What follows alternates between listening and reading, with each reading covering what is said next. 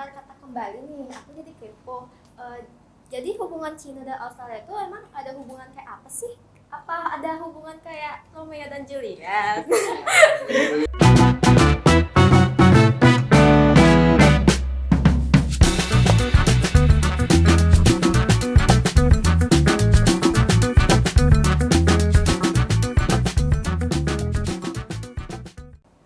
Selamat datang di podcast KSPM FEB Unut, tempatnya bercerita Sobat Investor. Halo Sobat Cuan semuanya, gimana nih kabar kalian semua? Aku harap kabar kalian baik-baik aja ya.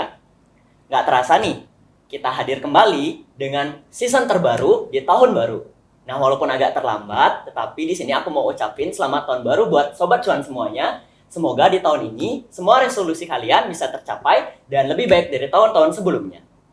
Waduh, teman-teman, nggak kerasa nih, kita udah di season 3. Gimana nih perasaannya, teman-teman? Bener banget nih Yuki.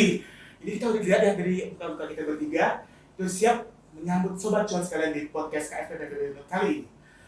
Daripada nungguin yang nggak pasti, mending susul balik kita yuk pada segmen Basa Basi, bahas seputar investasi. kita membahas topik yang sangat-sangat hot nih. Waduh, hot banget itu. Panas. Apa ya kira-kira? Asik.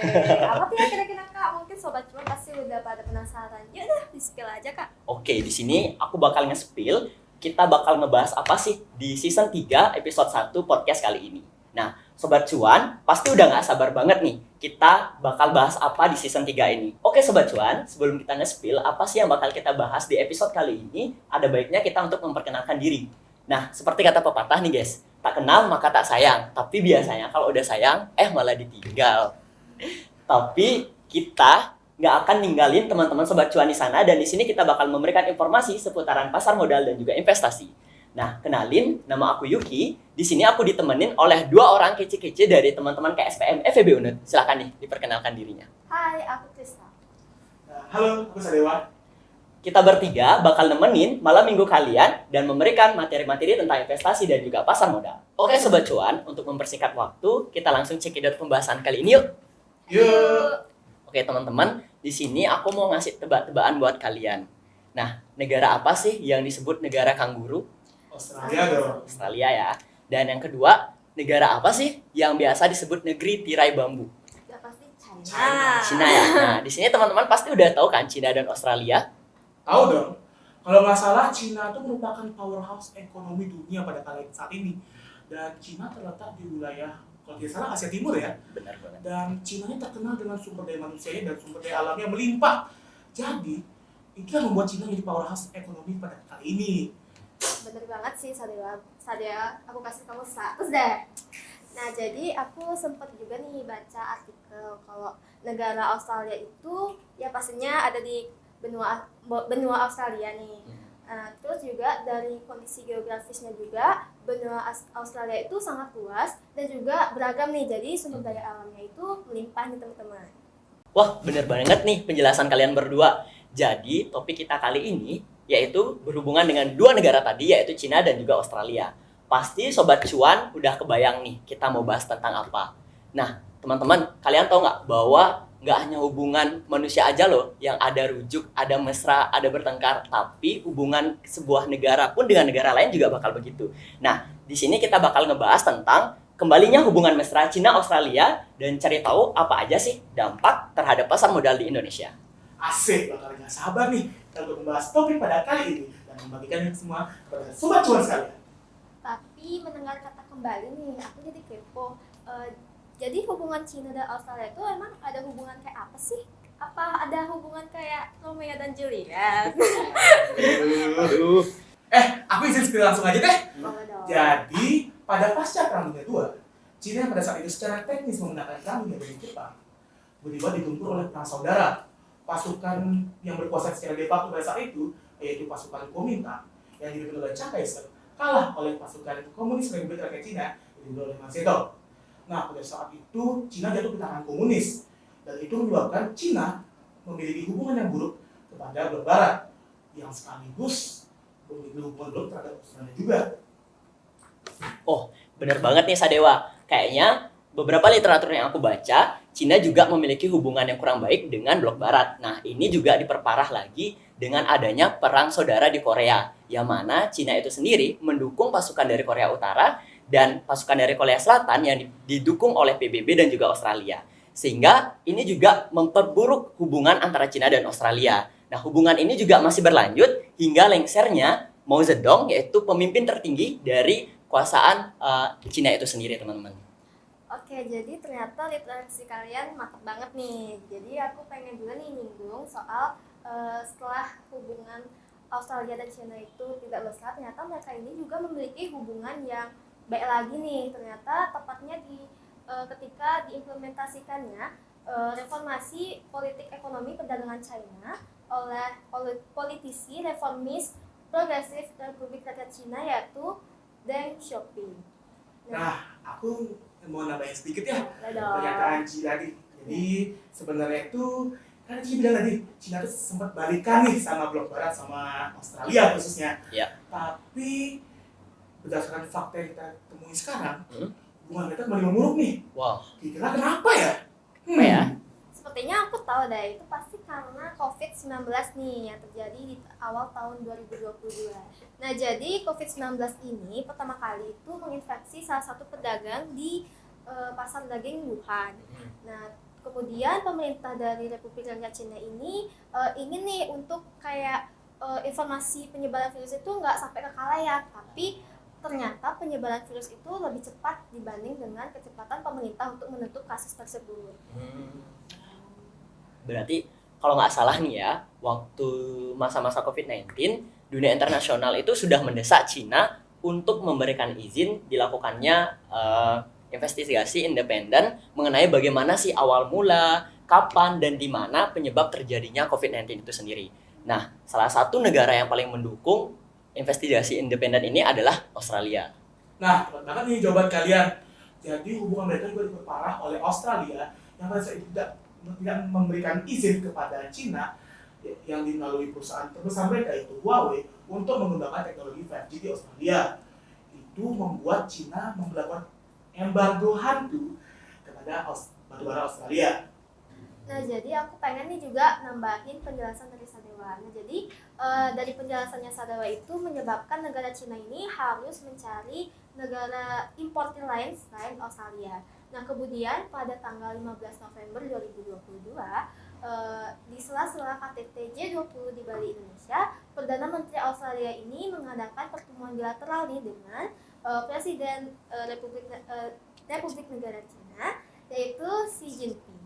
Nah, jadi dari pertemuan tersebut menghasilkan bahwa Australia ini akan mengirimkan menlunya ke Beijing pada tanggal 21 Desember 2022 yang dimana bertepatan dengan peringatan 50 tahun hubungan antara China dan juga Australia, yaitu hubungan bilateralnya mereka. Oh, berarti jadi ini ya yang ngebuat hubungan mereka kembali renggang. Nah, tadi aku sempat kaget dari penjelasan Cici bahwa ada plot twist di sela-sela KTT G20 di Bali kemarin, November, bahwa ada pertemuan antara Presiden Cina dan juga Perdana Menteri Australia untuk ngebahas hubungan bilateral mereka yang mana sekaligus memperingati 50 tahun hubungan bilateral Australia dan Cina di 21 Desember tadi ya. Iya, benar. Nah, aku nih mau nanya nih kepada teman-teman berdua, sebenarnya sektor atau komoditas apa sih yang akan terpengaruh dari membaiknya atau mesranya hubungan antara Cina dan Australia? Wih, mantap banget nih Priyan Yuki. Jadi aku izin jawab ya semuanya. Aku punya data di sini, jadi izinkan aku membaca ya. Nah, ini aku jelasin ya. Jadi, Australia sebelum dilakukannya larangan impor tak resmi merupakan salah satu importir batubara terbesar bagi negara Cina. Australia menyumbang 27% dari total ekspor batubara global dan juga 30% dari total impor batubara RRC pada tahun 2016 sampai 2019. Sedangkan Indonesia, negara kita, berkontribusi sebesar 43% dari total impor batubara RRC. Namun sejak diberlakukannya embargo hantu dari Cina kepada Australia, Indonesia berhasil menguasai 60% pasar impor batubara Cina pada tahun 2021 dan juga 11 bulan pertama di tahun 2022. Dengan membaiknya hubungan kedua negara tersebut, yaitu hubungan Cina dan juga Australia, akan sangat-sangat mempengaruhi beberapa indeks sektor pasar modal yang ada di Indonesia. seperti indeks di sektor energi dan pertambangan. Wow. Jadi dari data-data yang dikasih Sadewa tadi, dari membaiknya hubungan Cina dan Australia sangat mempengaruhi sektor energi dan juga pertambangan ya ternyata. Nah, di sini aku lagi mau lanjut nanya nih teman-teman. Terus gimana nih nasib kedepannya bagi saham-saham emiten yang berkecimpung terutama di sektor batubara? Nah, jadi menurut analis Investindo Nusantara Sekuritas Prabu Dewanto menilai bahwa dari dampak dari membaiknya hubungan antara Cina dan Australia ini berdampak signifikan terhadap emiten di Indonesia khususnya batubara. Nah, kemudian dampak dari kebijakan Republik Rakyat Cina ini membuat terjadinya peralihan nih kembali permintaan batubara dari Indonesia kembali lagi ke Australia nih teman-teman. Nah, utamanya nih Ci ya, apalagi faktanya RRC merupakan pasar impor batubara terbesar bagi Indonesia. Nah, yang pada saat dilakukannya embargo hantu RRC ke Australia, Indonesia mengambil mayoritas dari pangsa pasar impor batubara ke Republik Rakyat Cina.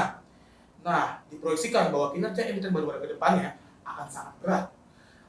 Ini terutama jika emiten tersebut akan tetap berfokus di komoditas batubara itu tersebut. Namun, menurut Head of Research dari Jasa Utama Capital Sekuritas Heril Tanuwijaya berpendapat bahwa membaiknya hubungan dagang RRC dan Australia bukan menjadi ancaman yang signifikan bagi emiten yang berkecimpung di komoditas batubara.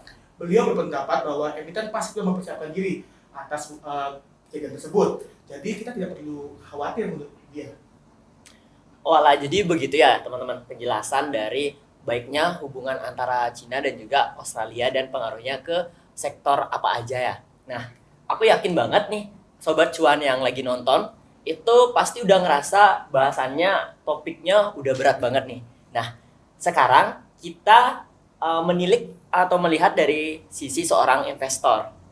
Nah, menurut kalian nih teman-teman, jika kalian sebagai seorang investor muda nih, bagaimana cara yang tepat untuk menyikapi market dari membaiknya hubungan antara Australia dan juga Cina ini? Aku boleh jawab duluan nggak? Boleh. Nah, jadi kalau menurut aku sih, kalau misalkan untuk investor yang berkecimpung di sektor pasar modal Indonesia khususnya, kita itu harus menghindari panic selling dan juga panic buying, karena kita kan nggak tahu nih kayak hubungan diplomasinya itu antara kedua negara tersebut tuh udah membaik atau belum. Nah, terus juga dari itu juga kan kita nggak tahu nih tadi yang dibilang embargo hantu itu apakah udah dihapus dari Republik Rakyat Cina ke Australia. Jadi menurutku sih kita harus bisa pinter-pinter lah gitu. Nah, segitu banget sama Kristal. Jadi menurut saran saya sih, kita tuh mulai dari sekarang tuh setidaknya sementara ya menghindari emiten-emiten yang berhubungan dengan tambang batubara dan juga tambang mineral atau energi. Karena yang kalau saya lihat ya, sektor ini sedang tidak kondusif dan berisiko tinggi untuk para investor sekalian. Makasih banget loh Sadewa atas informasinya, itu tadi mind blowing banget dan juga insightful banget yang pastinya juga bakal berguna banget untuk Sobat Cuan di rumah ya. Oke, harusnya sih aku yang berterima kasih kepada teman-teman berdua udah hadir di podcast episode 1 season 3 kali ini. Nah, sayang banget ya teman-teman, kayaknya topik yang kita bahas hari ini sudah berakhir. Kita udah bahas panjang lebar tentang bagaimana sih hubungan antara Cina dan Australia, komoditas apa yang dipengaruhi, serta pendapat teman-teman sebagai investor muda. Nah, nggak kerasa nih, waktu kita udah habis dan kita bakal berpisah teman-teman. Ya, jadi segitu aja ya Sobat Cuan. Semoga apa yang kita bahas tadi bisa menambah wawasan Sobat Cuan. Dan tapi jangan berkecil hati. Kalau misalkan teman-teman ada yang masih mengganjal, bisa banget untuk menghubungi BSO KSPM Unut. Oke? Ya, jangan lupa juga untuk pantengin terus podcast KSPM Unut yang setiap episodenya bakal menampilkan sesuatu yang baru dan beda dari episode sebelumnya. Dan juga apabila Sobat Cuan ada yang mau request atau gimana, bisa langsung aja nih ke DM IG ataupun line official dari KSPM Unut. Nah, pasti bakal dibahas kok. Oke, yaps, benar banget nih. Nah, terus buat kalian nih, para Sobat Cuan yang ada di rumah yang masih kebingungan untuk buka rekening Hefek, di mana sih? Kemana sih? Dan di mana sih nyari informasi? Nah, kalian nggak usah khawatir. Nanti kalian bisa langsung saja datang ke Galeri Investasi KSPM FEB Unut yang ada di Kampus Sudirman setiap hari Jumat, atau bisa juga nih pantengin Instagram di @KSPM-FEB Unut. Nah, untuk menutup podcast kita kali ini, aku ada pantunnya teman-teman. Apa tuh? Nanti kalau aku ngomong, kalian bilang cakep. Setelah itu apaan tuh gitu ya. Siap. Jalan-jalan bareng Arumi, Cakep. beli makan di jalan raya. Apaan tuh? Salam undur diri dari kami untuk Sobat Cuan semuanya. Yeay. Sampai jumpa di episode berikutnya. Salam cuan.